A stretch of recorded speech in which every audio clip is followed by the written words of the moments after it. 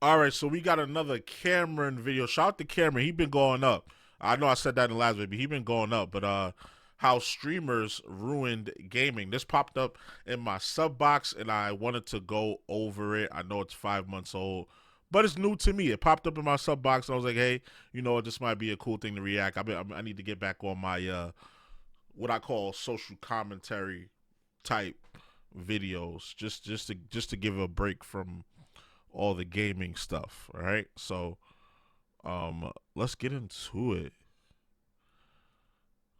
Did streamers really ruin gaming, or are you just trash? In this video, I'm It's gonna a talk little bit of about both. gaming before streaming was popular and gaming after streaming became popular. And by the end of this video, you'll have an answer on if streaming really ruined gaming or not. Now, a few months ago, I was actually scrolling through Twitter and I saw this tweet right here that says, "Dominating blue-collar workers in BattleBit." If you don't know what BattleBit is, well, it's basically like Battlefield and Roblox, and this is pretty much the whole clip. Oh, he's shredding.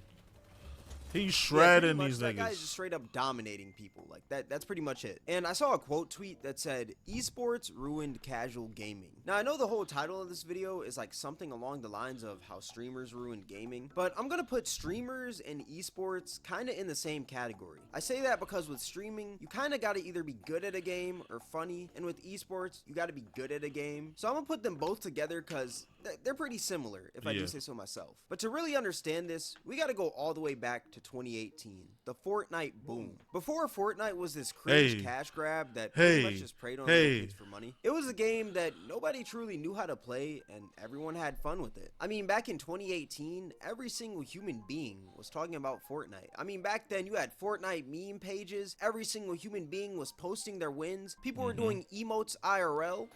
Fortnite move! Oh, do it again, do it again, do it again. Now that is supreme athleticism to be able to do that. I mean, that's elite athleticism. Everyone wants to get it. Come on, baby. Show me what you got. Show me what. Just move. If you got to know it, just move. It's all I want to see some movement. Yeah, literally nobody else is moving. They don't know what the fuck he's doing. And since Fortnite, They don't know what the fuck he's doing. They don't know who he is. Like most New Yorkers, we don't care. We don't care who you are. We don't care what you do. Like type shit. was so popular, one thing that also became popular because of Fortnite was streaming. Back then, Twitch was like pretty niche, but I'd say that Fortnite made Twitch more mainstream. You may be asking, that wasn't so people bad, go to right? Twitch and not YouTube. Well, the thing about YouTube is that a lot of YouTube videos are edited, and some people, they may be good on YouTube, but it's like on Twitch. Twitch is live, Twitch is raw. So if you lose, like, people are gonna see you lose, and if you win, people are gonna see you win. And that's why Twitch was so popular, because you could see high-level gameplay in real time. To determine if somebody was truly good, all you had to do was just watch them on Twitch. And with Twitch becoming so popular, some streamers that a bunch of people were watching back then was people like Myth, Ninja, the legends. The whole Ninja versus Myth argument was like the biggest topic in school. I remember I was back in like freaking 10th grade and we were arguing at lunch tables talking about if Myth or Ninja was better. I'm not gonna lie, back then I was team Myth. But with all those popular streamers and pro players being in the limelight, that made more people want to be a pro player / streamer. I mean, did y'all see how some of these Fortnite teams were getting down? Bro, I'm telling you, if I had to create a few 90s to be a Fortnite pro back then, I probably would. And that's exactly where the downfall of gaming happened. Everyone started focusing on the money you can make from gaming rather than the fun from gaming. Fortnite used to be this game where you try to win by doing these creative strats like building a sky base, building a huge metal base, or maybe even camping in a bush. But then it turned into this huge sweat. I'm the camping in the bush, the guy. People saw that you could make abnormal amounts of money from this game. Back then, if you shot at a dude, they would probably start shooting at you back like they wouldn't even build. But now, if you shoot at somebody in Fortnite, they're building a whole freaking skyscraper hotel with Wi-Fi. It's actually in seconds. Now, let me say this right now. I do also say that that's kind of just time. Like, with time, people get better. But my point is that everyone's playing games to be the best rather than to just have fun with their boys. Everyone is playing to be watched on Twitch or watched on YouTube. I mean, you ever play a game and you you get killed by somebody with a TTV gamer tag, and you go to their Twitch and they're not streaming. They're at not all, streaming, they're yeah. sweating just to sweat. Like everyone is Yeah. just playing for that top spot, because in that top spot you can make content out of it, and with that content comes a whole lot of money. Unless you're playing like Farming Simulator and you're a pro. I don't really think you make a lot of money from like pro Farming Simulator, but I don't know.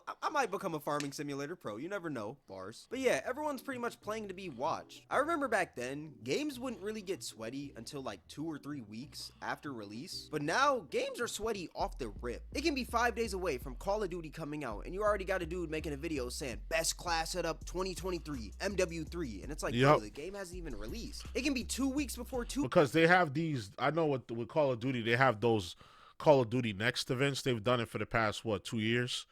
Now, probably 3. And they've probably been doing it in another form, in a smaller format.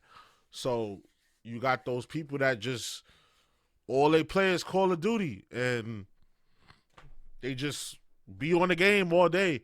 I mean, that's always been an issue, even before streaming was a thing. That's always been an issue, like online playing. Like, that's something that's been like ruining gaming.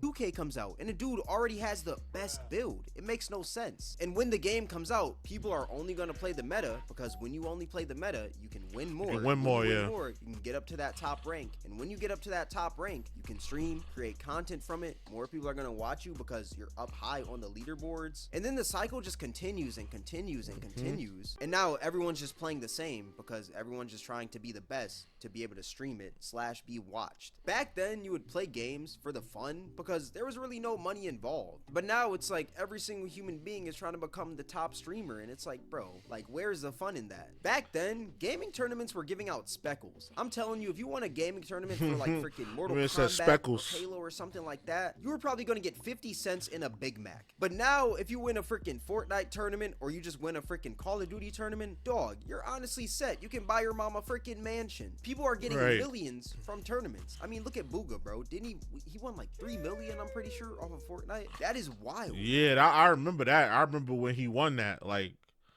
16, you winning $3 million.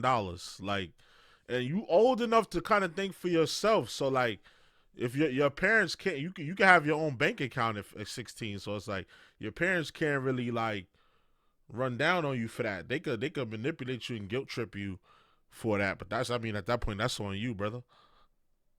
Nah, let me not say that. That is fucked up.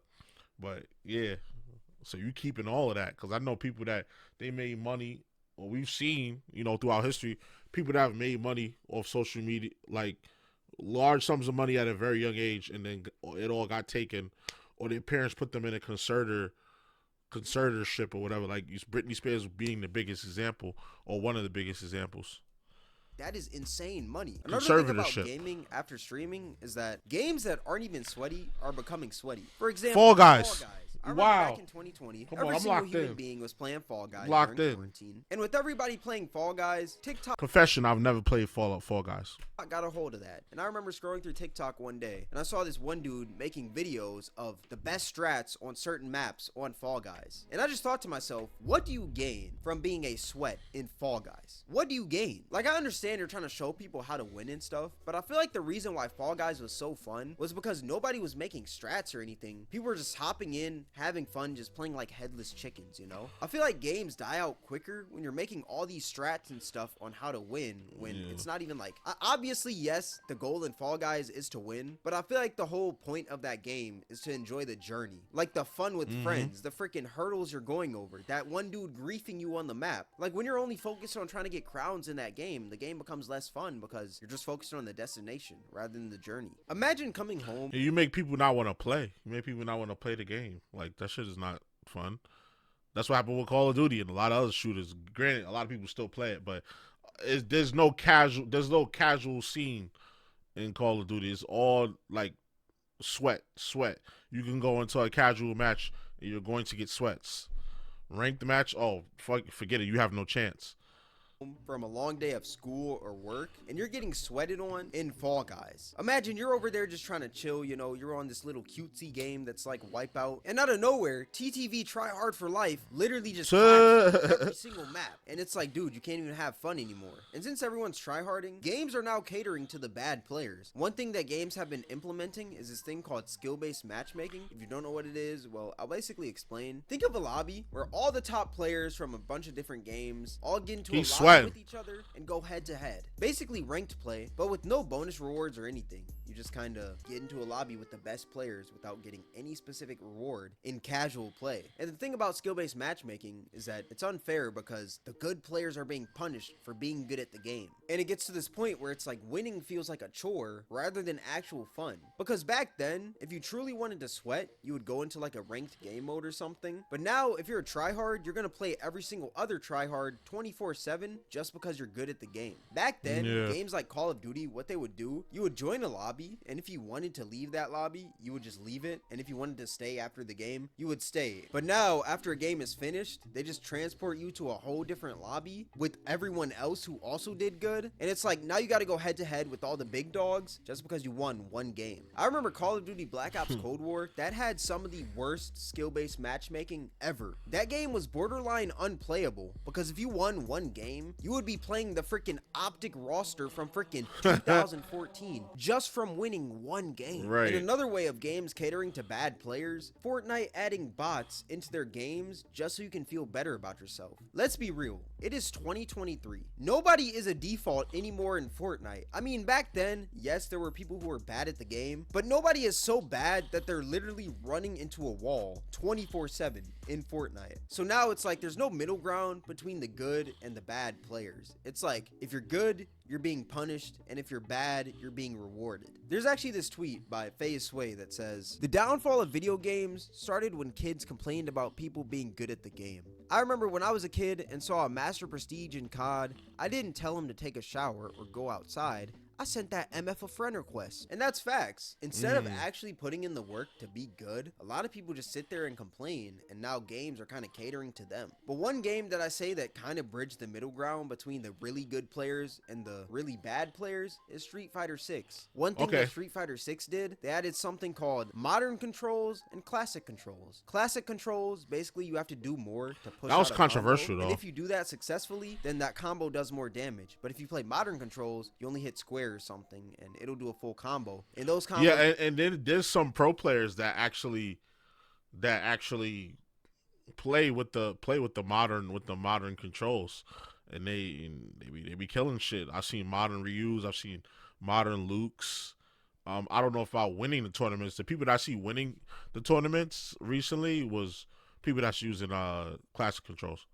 do less damage, so it kind of bridges the gap between good and bad players. But that's a whole fighting game. How can this be fixed in like games that are like FPS or something like that? In my honest opinion, I say that FPS games should just go back to like the regular lobbies, you know? Back then, you could join a lobby, scope out the lobby, see who's like the freaking best players and stuff. If they were a little too good for your level, you could leave if you wanted to. Like, I don't think that you should be transported into the freaking universe of the top 12 Call of Duty masters after you win one game. I feel like there should always be that option to stay if you want to stay or leave if you want to leave. There was nothing wrong with those lobbies back then. It's just like games just wanted to cater to the bad players, you know? So it's honestly just like gaming is just honestly a huge sweat fest. And that rounds back to like the ultimate question of this video. Did streamers really ruin gaming? In my honest opinion, Not really. yes. I 1000% believe that streamers in esports ruined gaming, because there is no reason why people should be sweating at a game where you literally farm cabbages. How do you even sweat in Farming Simulator? How? Let me know in the comments. Do y'all think streamers slash pro players ruin gaming? Or like, what's your guys' take on this whole situation? Let me know. But yeah, this is gonna wrap up the video. If you guys made this far, I appreciate you. If you guys enjoyed this video, then I highly recommend you guys check out my most recent video where I talk about why everyone hates prank channels. But yeah, with all that being said, Yeah, thank I you hate guys for prank watching. channels. It's Cameron, and I'm out. Yeah, I hate prank channels. But yeah, shout out to Kameron. Another dope video, my brother, my young brother, my brother. I can tell he's a younger guy though, because I disagree that streaming has ruined video games, because even before we had streaming, before streaming was popular, you had players uploading gameplay footage of them doing the wildest shit in the game. And sometimes that might discourage people from actually playing the game. Like when I was a younger kid and when I was more impressionable, I would see one of my favorite game series is Devil May Cry. So I would go on the internet to look for tips and stuff if I got stuck on a part. And then eventually in the suggestions, you'll start to see those combo videos where they're doing crazy jump canceling shit and going wild or whatever. And that was like, yo, this is the skill level of this game. Like I thought I was pretty good at the game. Then when I saw that, I was like, oh, I'm trash. Then you go to Call of Duty. I was pretty good at back when the Black Ops was out. You see people doing 360 no scopes and all of that, and it's like, yo, like that shit makes you feel inferior, which is a similar feeling to when you see streamers. I feel like it's more prolific now and it's more widespread. But if we're gonna go off that logic that he used in this video, I'm not saying it's a bad video. It's a great video. Gaming been ruined. If that's the case, if anything, streaming like accelerated the accelerated gaming to ruin, because now everybody's streaming, everybody's sweating, everybody's picking the pick, everybody's playing to win, everybody's putting up these videos like Fall Guys become sweaty, Farming Simulator becomes sweaty, every game becomes sweaty, and it's just like I miss that vibe of games just being chill. Like the most chill game I've played that has online to it lately, I would probably say Helldivers, because it's mostly PvE. So you're competing to leaderboards and level ups. I haven't seen a PvP mode as of yet in that game. When it does go PvP, I'm pretty sure it will go PvP at some point. That's when I'll probably stop playing unless I get good enough. Because my thing is I never stick to one game, and when you're doing PvP first person shooters, you have to get good. Like I was playing Rogue. I used to play Rogue Company, and I still jump on every now and then because there's people still up on the servers. They're still updating and adding content to the game. But after I got to a certain level, that's when you start running into like the elites of the elites, and it's like, damn, like what happened to people that was at my skill level? Because if we're evenly matched in skill, or you're not better than me, I can beat you every time, almost every time. But you start going against these sweats that have all of this page stuff that you don't have, and they have all of this like twitch reflexes that you haven't built up in the game because you haven't been playing it as long as them, and it gets frustrating, makes you not want to play. And gaming for me is about relaxing and chilling, and taking on challenges, but like not like impossible challenges where it's like you have to study the game, you have to play it 24/7 to beat this challenge. So I don't know. Damn, that was a wild picture. I just noticed that. I didn't notice that the first time I played, but yeah. But y'all let me know what y'all think. Shout out to Kameron, dope video. I probably will be reacting to more of his videos in the future. Let me know if y'all like these more social commentary reactions as opposed to the gaming reactions. Let me know down in the comments, right? So y'all already know the vibes. Like, comment, subscribe, all that good stuff. It's your boy JusticeXFalls, and we out. One.